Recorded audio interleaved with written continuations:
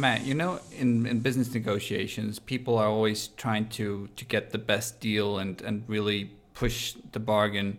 And then, have you ever heard of a business person who says right at the beginning, I concede?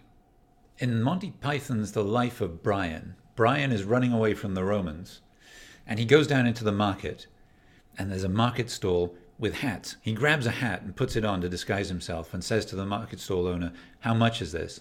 And the guy says, that's 5 shekels. And Brian says, here's 5 shekels. But the stall owner says, no, you can't just give me the price. You've got to haggle. You've got to haggle, mate. Brian says, no, I'm giving you the 5 shekels. And he says, no, you're supposed to say, call that a hat, that's rubbish. Here's 1 shekel. And then I say, what do you mean? This is a wonderful hat. I want 5 shekels for that. Maybe 4. I'll tell you what, I'll do it for 4. And they negotiate until they get down. But actually there, I suppose you could say Brian has conceded right away. He's made a concession right off the top of the bat. Aha. But that's just a movie. But that's not how business happens. It's not how business typically happens. But it turns out concessional finance is an actual thing that happens in real life when people give away finance for less than they could ask for it. They concede. Yes. They concede some of the conditions related to the financing. We should do a podcast about that. Let's do that. Before we do it, don't forget, everybody, you should subscribe to this podcast. It's a wonderful podcast. And don't forget, you can also rate it, because on the new iTunes app, on your cell phone, it's actually much easier to rate podcasts than it used to be. I noticed that today. I've been rating all my favorite podcasts with 5 stars, and I'm sure that's what you're going to give to us.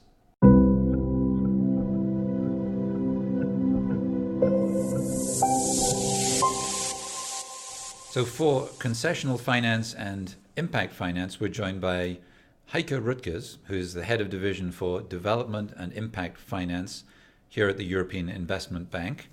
And have you ever had any experience of living the way people in less developed countries live?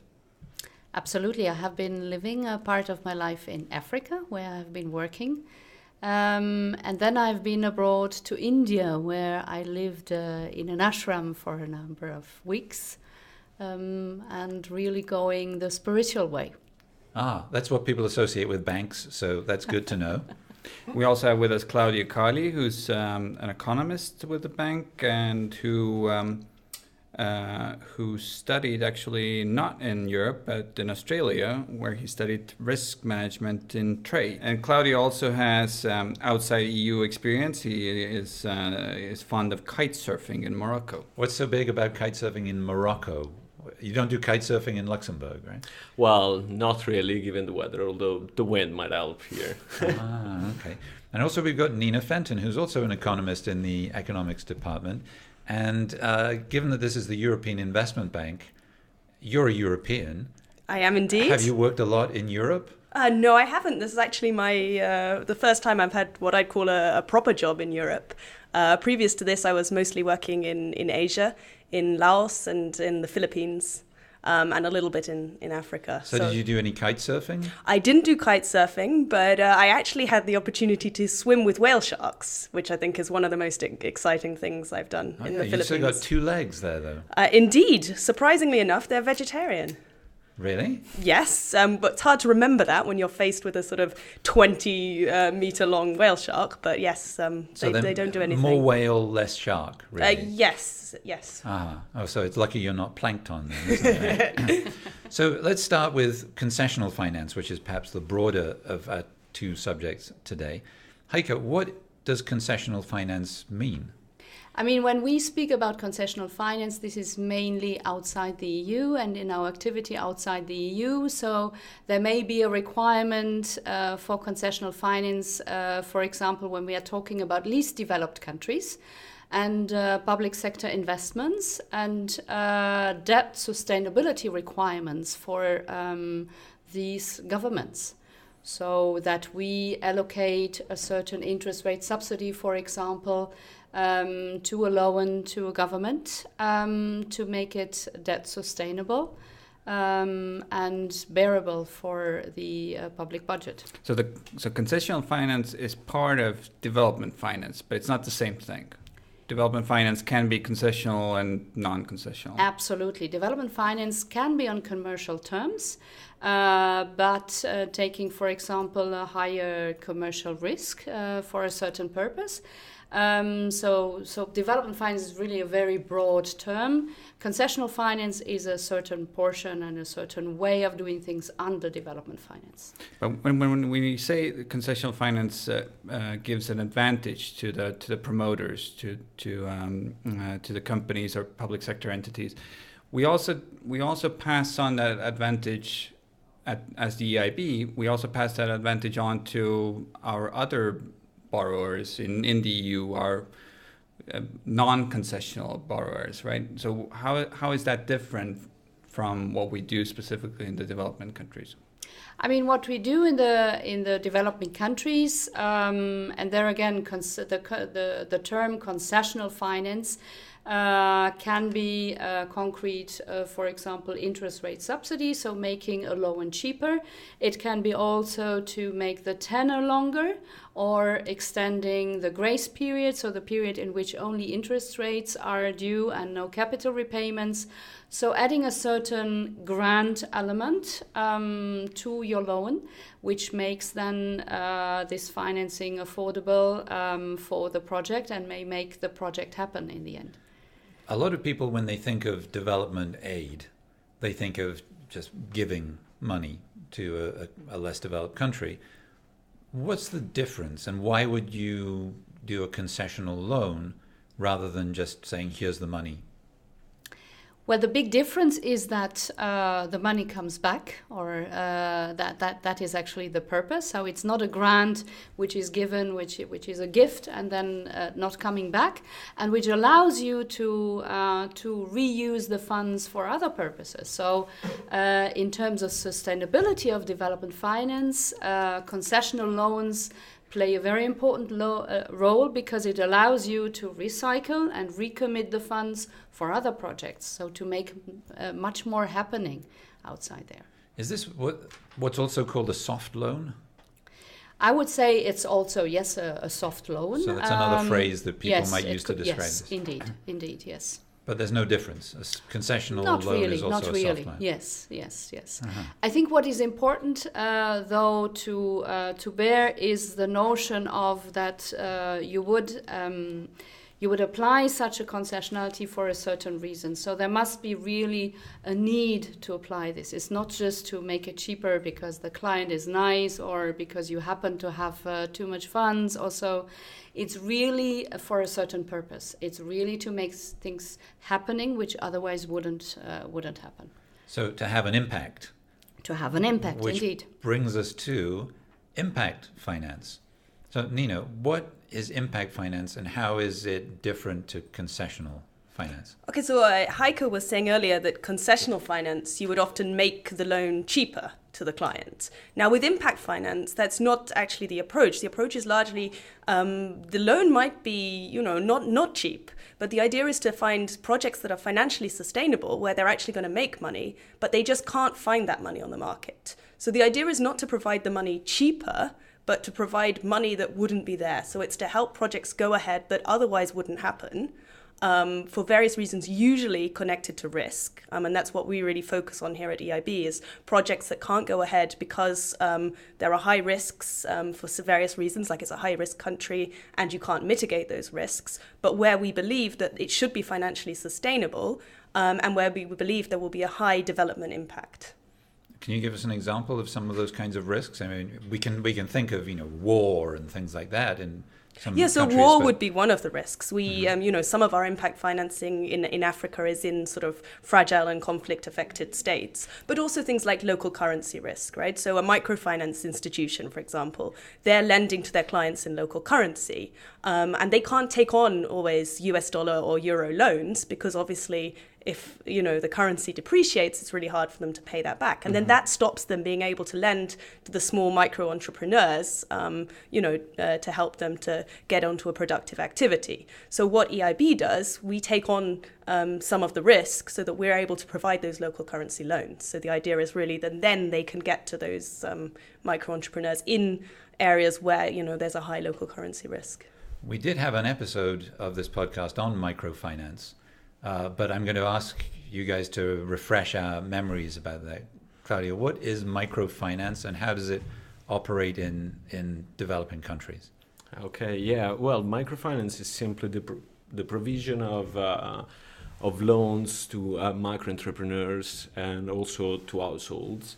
Usually the microfinance institutions, typically, especially in developing countries, they deal mostly with low-income groups and communities. And what makes special microfinance compared to a financial institution, so a fully fledged banks, is that they usually have an intentionality behind, which is either addressing underserved markets rather than underserved communities. So we're talking about some specific type of businesses like agricultural loans for farmers in deprived areas, rather than low underserved communities such as women or youth. But I understand both for concessional finance and for impact finance, we are offering these also to private sector entities, either to micro businesses or to private companies. And so we're making the loans cheaper, or we're providing money that they otherwise wouldn't have, but they're still in it for the profit. They're doing business. So how is that a public policy objective?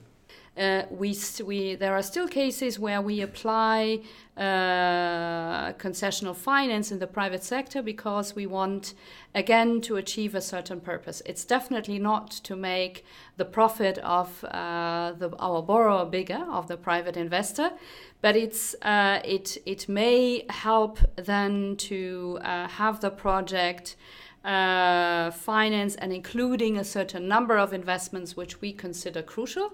So that may be in the environmental area. It may have also a social purpose in the sense of making, for example, tariffs lower in a renewable energy project. It may help to accompany certain social purposes. For example, we had a case where we financed the sugar industry reform in Mauritius, which was linked to helping to set up the first sugar refineries, so adding value to the value chain in the country. But on the other hand, the country was reducing its production of sugar by half, which had a social impact, of course. So a lot of people were losing their jobs. And so the interest rate subsidy helped to smoothen and to mitigate the impact of this industry reform. Mm-hmm. So there may be several cases, but it has to have a definite purpose. It's definitely not meant to increase any profits of private investors.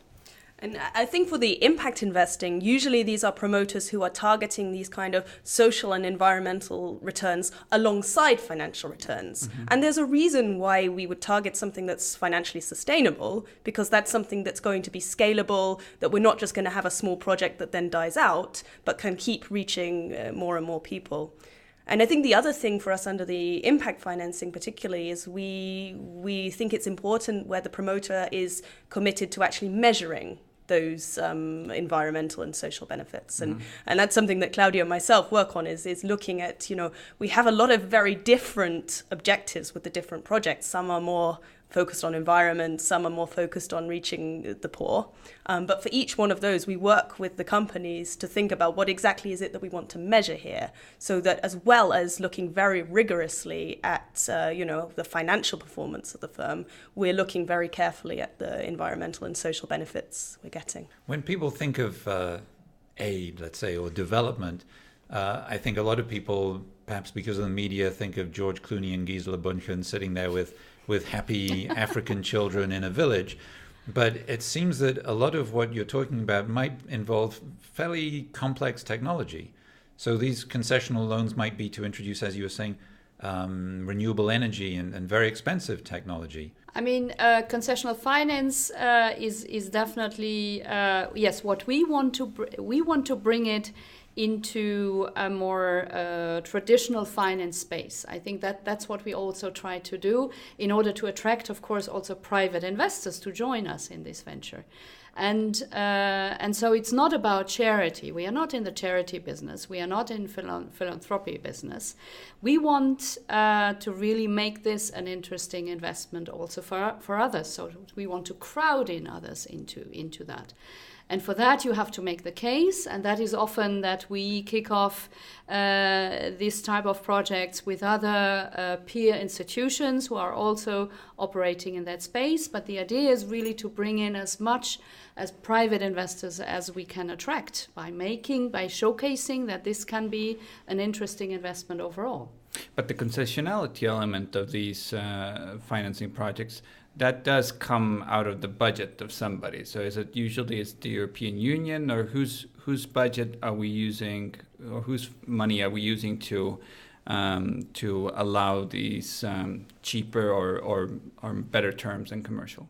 Yes, no, there is definitely an element that we, for example, for the interest rate subsidies, we use, in that case, member states' contributions in a subsidy envelope. We may also call upon the so-called blending instruments of the European Union. So indeed... What is blending? What are the blending instruments? What does that mean? So that there are instruments which make available grant funds in order to combine our lending with a grant component. Mm-hmm. And so that's why it's called blending then in the end. And we can do that in a number of regions, and there are certain instruments which are then available, be it technical assistance, be it pure investment grants or interest rate subsidies or other what we call financial instruments, so for risk sharing, so lowering the risk of a certain investment. All of this can be then mobilized from the so-called blending instruments. This is a dictionary of finance, so we're trying to define some terms here, and you mentioned risk sharing. Yes. So first of all, what really is risk sharing? What does that mean? And how does it work in the examples that you were just talking about there of blending a grant from the European Commission and drawing in private investment? So any private investment has a certain commercial risk allocated to it, which is identified.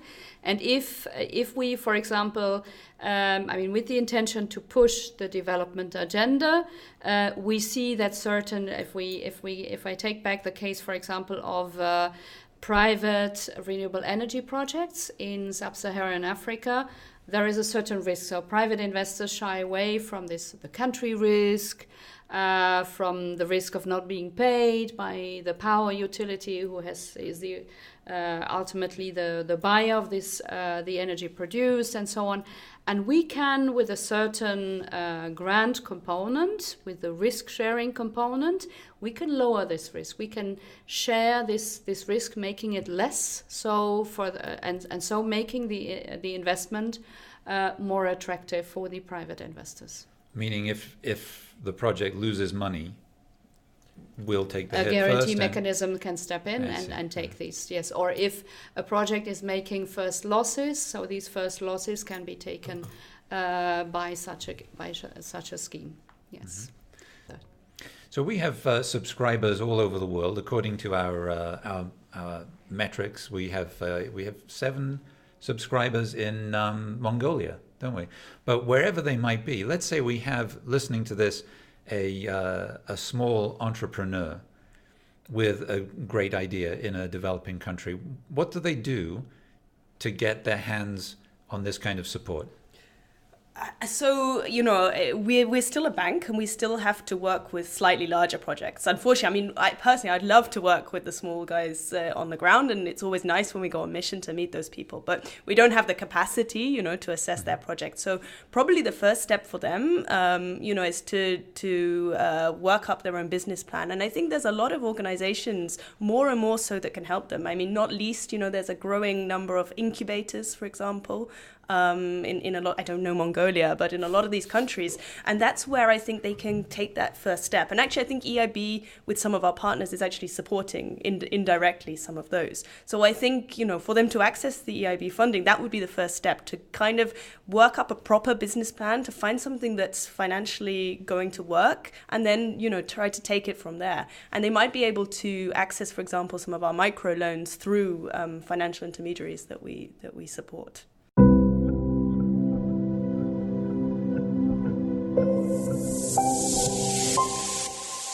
I have to concede that was a really great episode. But it did have a positive impact on me, I guess.